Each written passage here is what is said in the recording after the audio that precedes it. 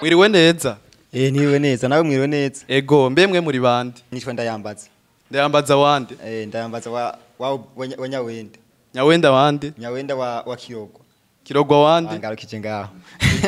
Rero mutubarire mutugire kumurira ivyo mwaduteguriye. Ego ndabashimiye cyane kwa kakanya mu mpaye.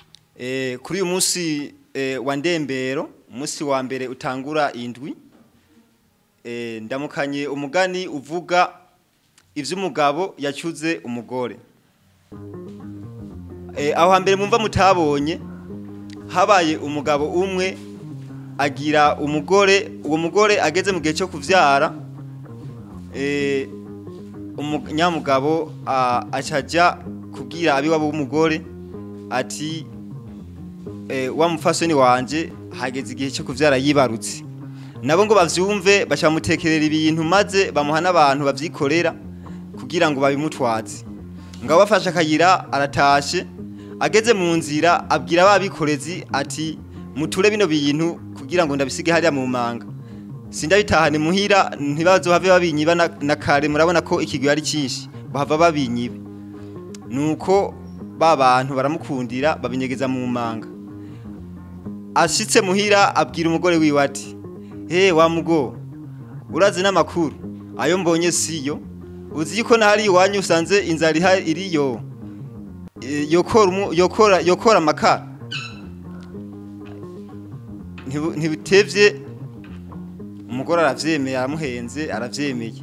Hama ntibitevye bukeye wa mugabo akamazinduka mu gatondo, azinduka abwira umugore ati wa mugo ngiye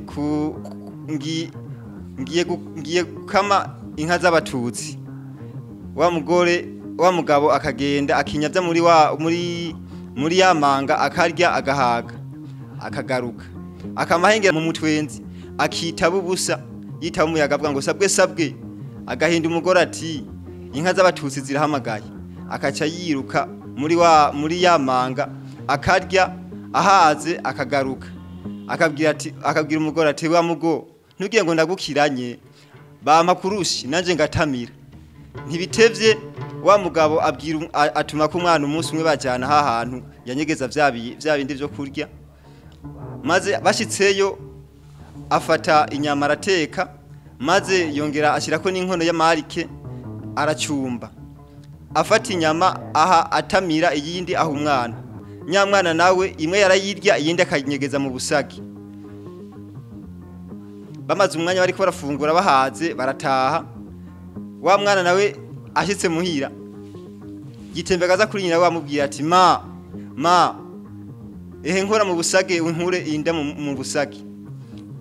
Nyina wiwe nawe akabanguka akazimukura, atora akanyama atamira, atora n'agatsima arenzako. Niko gushimira umwana wiwe ati mwana nje urakoze cyane, aterega aho uwo mugabo asanzwe yaranyegije ivyo bintu. Bashitseyo basanga wa mugabo araritse atambika ikivere y'inkono. Wa mugore wiwe nawe yaciye atora igibuye araregera neza no kuri ya nkono ngo pwa. Ivyarike bica biseseka kuri wa mugabo, maze wa mwana na nyina baca barigira atanababonye. Wa mugabo asigara yicaye ngaho ababaye. Hanyuma umwanya uheze niho yaciye yumvira gutaha, maze aradagamba muhira asubira inyuma. Ashitse muhira niko guhenda umugore wiwe ati wa mugo inka z'abatutsi zantaye mu gicaniro. Nuko asaba umugore wiwe ati ndashaka unkandi. Wa mugore nawe yaramwumviye aramukanda kugira ngo arabe ko gokura ko mutemere. Haheze umwanya wa mugore atora zimwe zo kurya yatoye kuri hahantu abizana umugore, maze umugabo ati ivyo kurya wabikuye. Ariko haheze imisi itari mike wa mugabo yahavuye akira bihurirana nuko shakigoye cyaheze. Aca yegera wa mugore bariko baraganira amusaba umwana ati wa mugo ndashaka umpe simbagiza umwana. Wa mugore aramumuha asimbagiza wa mwana avuga ati titi ese ubwenge nabahenze. Umugore nawe ati uribesha ati mpa nanje. nawe aramuha wa mwana nawe atsimbagiza avuga ati tsitsi tsitsi ese urubuye nagukubise sha wa mugabo arasimwa n'umutima ati kumbe nibo wari wagombye kunyica umugore nawe ati kumbe nawe wari wandiriye mu nzu nuko bihora n'abatyo sije no hahera uwo mugabo yagombye kugira inda ndende akibagira yuko inda ndende ihumira indya ikica kokizi